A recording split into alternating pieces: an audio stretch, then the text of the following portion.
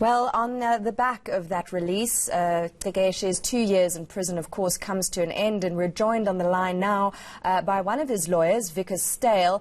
Wikus, can you just remind us, please, of the full arc of the litigation around Kanya Cekeshe's incarceration and your efforts as a team to try and get him out of prison?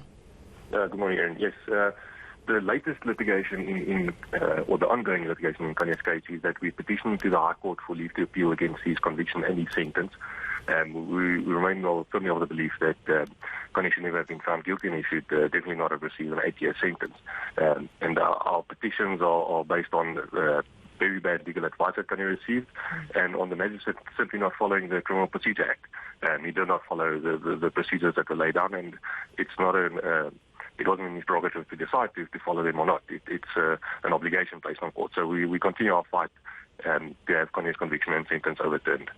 So as I understand it, even though he's now back home with his family, the principles, the legal principles around his sentencing and those charges for which he was convicted are still an issue that Kanya Cekeshe is going to be challenging as things move forward. That's correct, yes. His release on parole is a separate issue. That was one of 3 legs that we're aiming at. But so I spoke with Kanya earlier this morning, and I assured him that we will continue the fight to have his name cleared. His conviction will affect the rest of his life, so we really need to clear his name. And then he received bad advice, and the legal system shafted him. We must fight to have his name cleared, and we must fight for Kanya's rights. So we will continue with that fight. And when you spoke to him this morning, round about what time was it, and what could he share about his release from Wikus?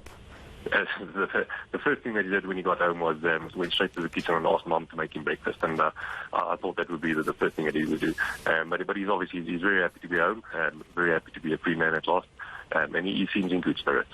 That's great to hear. Do you know what he asked for breakfast? No idea, but he says he never wants to eat prison food in his life again, so I'm sure it was a proper mom food. And for the whole family, this must come at quite a key moment. Of course, it's the holiday season. Many families will be getting together, but it's been a real ringer for them to go through the last 2 years since Kanya Cekeshe was first at Wikus from December 2017, I understand. What's your sense dealing with the case and working with the family and Kanya Cekeshe of where they're at in terms of this whole ordeal? Sorry, can you repeat that? It's a bad line. What's the view of the family about this whole ordeal over the last 2 years while he's been in prison? The family are exhausted, physically and mentally. It's been a long fight to get their boy home. They're also equally glad that he is finally home, but they remain behind him in his legal fight to have the judgment and sentence overturned.